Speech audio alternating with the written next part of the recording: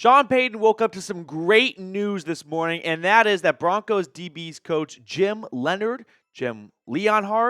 a former defensive player, as Ian Rappaport points out, is sticking with the Broncos after getting some defensive coordinator buzz, but ultimately passing on it to stay at Mile High. I'm guessing that Sean Payton is over the moon enthusiastic about this because he's been super upbeat about him. Leonhard, coach at Wisconsin, came over to be the Broncos DB's coach after not really working out towards the end in Madison. And all I can say is if Sean Payton loves him, we love him. Because these types of coaches, the position coaches that are young, we don't have much to go off of. I don't think it's fair to make our entire assessment of them based on how their respective group performs, right?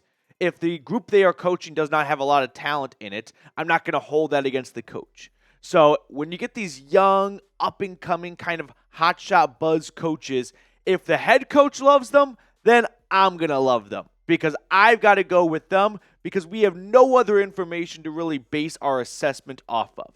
So I think this is great news for Broncos country and for Sean Payton to retain a rising defensive coach that Payton clearly is very enthusiastic about when it comes to his future in coaching.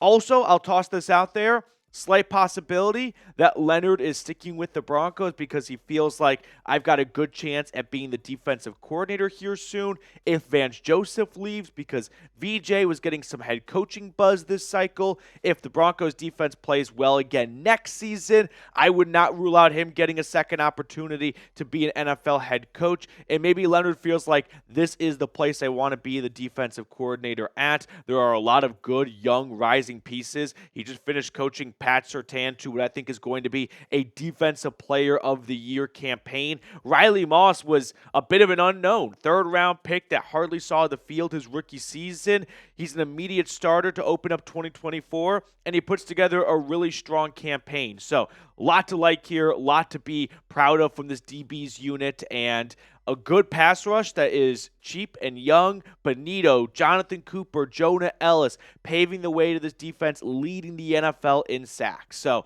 if I'm Leonhard, sure, you could take a DC job elsewhere, but while it is bold to pass on an opportunity to be a coordinator, be a head coach, the NFL is an out-for-long league. And if you feel like you're not stepping into a situation where you could be successful at and you're willing to bet on yourself, it's not a bad idea to say no thanks this time because if I go there and I fail, there will never be a next time. So I'm going to be patient and I'm going to take the right job for me when that opportunity presents itself. You don't want to say no for too long because you might not get that opportunity to get the offer ever again. But in this scenario, I think Leonhard is pretty smart. I mean, just a little bias here coming through because if Payton likes him, then we like him. And if we like him, then we want him to stay in Denver.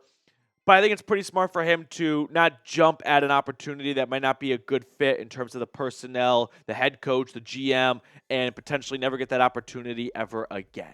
So, some good news for the Broncos and for Sean Payton to open up Monday morning after some bad news on Sunday, which is the Kansas City Chiefs are heading back to the Super Bowl.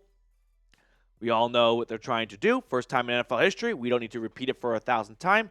I'm pulling for the Eagles.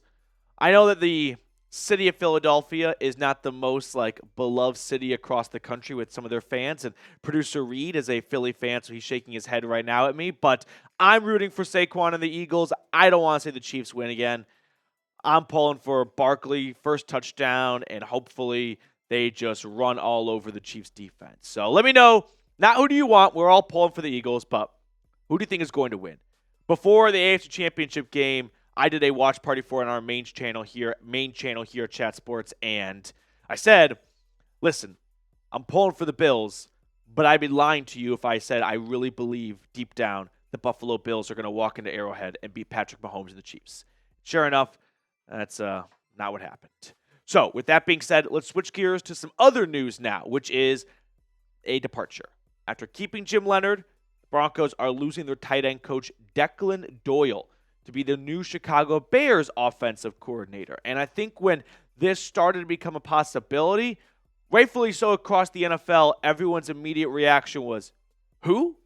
Like the Broncos tight ends coach? Why is he going to be the new offensive coordinator for Ben Johnson in Chicago? Well, let's give some background information on Doyle.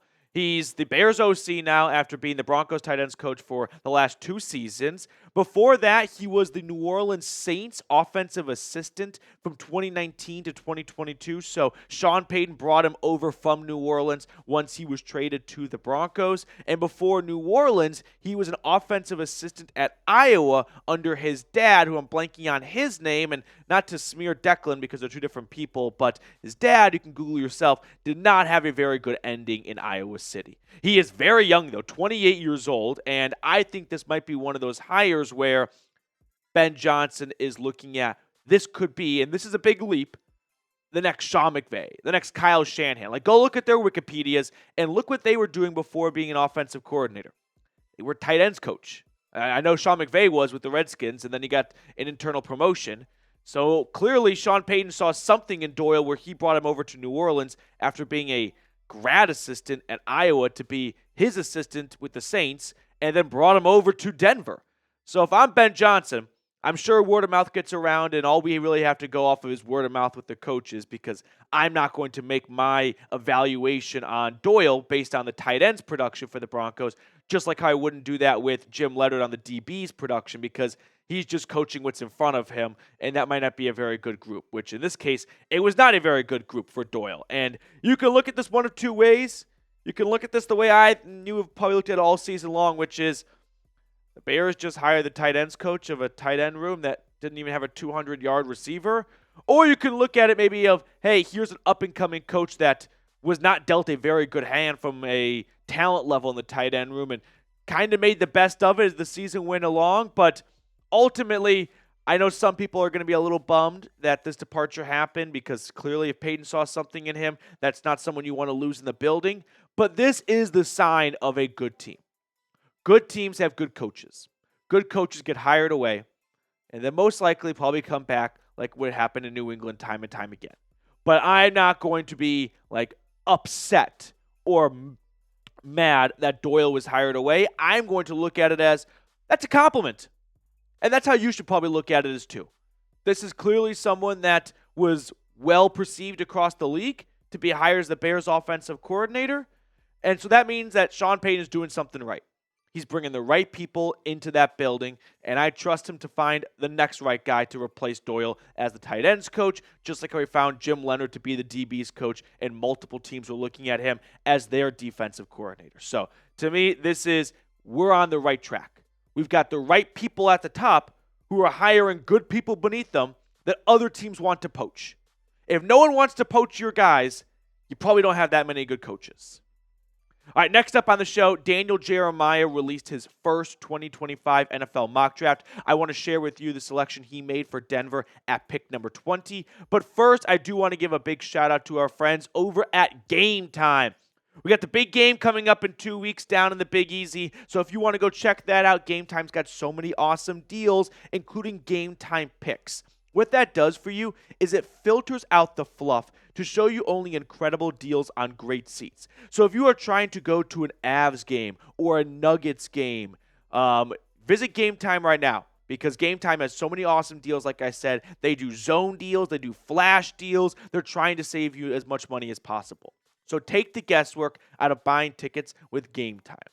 Download the Game Time app, create an account, and use code CHATSPORTS for $20 off your first purchase. Terms apply. Again, create an account and redeem code CHATSPORTS for $20 off. I put all that information in the comments and description of today's video. Download Game Time today. Last minute tickets, lowest price guaranteed.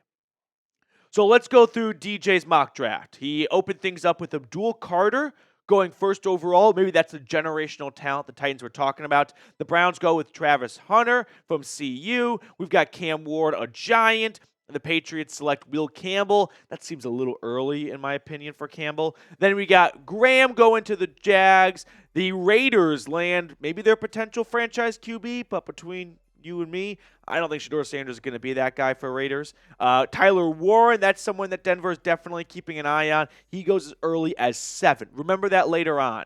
Moving along here, a couple of picks leading up to the Broncos at 20. Ashton Jeanty to the Cowboys. The more I think about the Brian Schottenheimer hire, the more I start to think that Jerry Jones is going to draft Ashton Genty if he is there to just win some of the fans back by getting his next Zeke jersey selling running back. So I'm starting to lose faith that he could fall to 20, but it's the draft. Anything can happen. On we go. Kelvin Banks to the Dolphins. Another Texas Longhorn off the board to the Colts. The Falcons land Will Johnson. That's very late. I think Johnson's going to be a stud at the next level. And then Walter Nolan to the Bengals. That's another guy that I like the Broncos to potentially target. He's 300-plus pounds and had 6.5 sacks. I'm all ears. Kenneth Grant, another really good interior defensive lineman. This draft is loaded with defensive tackles, which is a good thing for the Broncos. Jahad Campbell, linebacker from Bama, likely replacing Levante David down in Tampa. And then with pick number 20, the Denver Broncos select Nick Emanwari, the safety out of South Carolina. So let's get to know the former Gamecock a little bit, and then we'll talk about whether or not this is a good selection for Denver. First thing first, he's ginormous. 6'3", we'll call it 230 pounds. We'll round up. Say he gets a couple of Happy Meals and he's 230. That is the typical, slightly undersized linebacker, but he runs and moves like a safety. Daniel Jeremiah compared him to Derwin James, and I like that comparison a lot. It's just an incredible size and speed for the safety position. You're getting 2-in-1. You're getting a safety that can drop into the box and help out in run support like a linebacker, but you're also getting a safety who's got great ball skills, who had 4 interceptions last year in Columbia, 2 were returned for touchdowns, 2 pass breakups, 3 tackles for loss. He was a very versatile player, and I expect him to be a riser in the next couple of months going into the draft. So I know that safety wasn't probably at the top of your wish list, but we have to keep in mind, picking at 20, and the Broncos have not picked at 20, or even past, let's say, pick 15, since 2020, no, Jerry Jeudy 15. Yeah, it's been a while since they've been picking this late in the draft. And I think we need to remember and just kind of reset our brains a little bit and wipe our hard drives for the last couple of years. We need a plan A, a plan B, a plan C, and a plan D. Plan A can be Tyler Warren. Plan B can be Ashton Genty. You can flip-flop those two. But that can't be the end of the road, because we just saw in this mock draft by Daniel Jeremiah, who I think is one of the best in the biz at this stuff, those two guys aren't even sniffing the 20th overall pick. So then you need a plan C. And that plan C might be someone who could go at 20, but could easily go from 15 to 20, which leads me to plan D. And this might not be the guy you are pursuing, but it's important to remember that the number 1, number 2, and number 3 target on your big board may very well not be there at the 20th overall pick. So we need to cast a wider net. We need to pick up, because plan C could be like Walter Nolan, who I think would be a phenomenal pick for Denver. But if he goes at 17, you got to have another name in the holster. And Nick Emanwari would be, I think, a very good backup option for Walter Nolan, Ashton Genty, and Tyler Warren. When you look at Denver's safety room, it was a little underwhelming this year. I thought Brandon Jones played very well. However, P.J. Locke, on the other hand, he got signed to a 2-year, $7 million contract, and he did not live up to the billing. They were hoping that Jones could be a cheaper Justin Simmons. Good ball skills. He had 3 interceptions, a couple of fumbles, like Justin Simmons, and they wanted Locke to be the next Kareem Jackson, right? The enforcer, the fourth liner on this team, and Locke just wasn't that player for the Broncos. So I would not rule out them trying to replace him with a guy who can really kind of, I would say, patrol the middle of the field, because he's not like a Ed Reed in that regard, where he can go from sideline to sideline, kind of like Jesse Bates in Atlanta. But there's a lot to like to his game, and he can be that enforcer with that 6'3" frame that he has.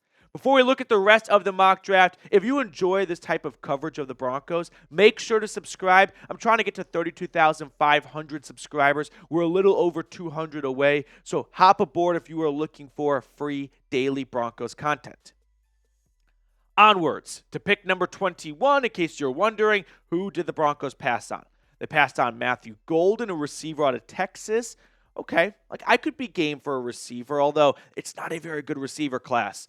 You want a hot take here? Every receiver that goes round 1 in this year's draft class, I don't think would have gone round 1 last year. There you go. Colston Loveland could be an option. If you miss out on Tyler Warren and you really want a tight end and you don't want to risk him not falling to day 2 of the draft, that could be in play. Shamir Stewart, incredible physical specimen. Lack of production, though, at A&M concerns me. Malachi Starks, this is interesting. It's not even he's not even the first safety off the board, which a lot of people think he will be in the top 10, top 15 of the draft. A lot of teams have him penciled into Miami. He's not even the first safety selected in DJ's mock. Luther Burden, another receiver option. Then we got an offensive tackle. Now, Denver's good on the offensive line. They're good at corner. Edge is interesting because it's a cornerstone position. It's a spot you feel like you can never have enough of those guys. And Mike Green led college football in sacks last year with 17, but he played at Marshall, so some teams are going to be concerned about the talent that he was going up against. And then to round it out, we've got Josh Simmons going to the Commanders. No need for a tackle in Denver. Derek Harmon, another really good interior defensive lineman. Started off at Michigan State, had a big season for the Ducks this past year after transferring. And then the Eagles go with another defensive tackle. Are you noticing a trend? It's a loaded DT class. And finally, the Chiefs select James Pierce Jr., who I'm sure is going to be the next, I would say Tamba Hali, but like Justin Houston or Lamar Houston. Which one played it? Lamar Houston. Yeah. And he's going to be a game wrecker, and he's going to help them win more Super Bowls. So there's that.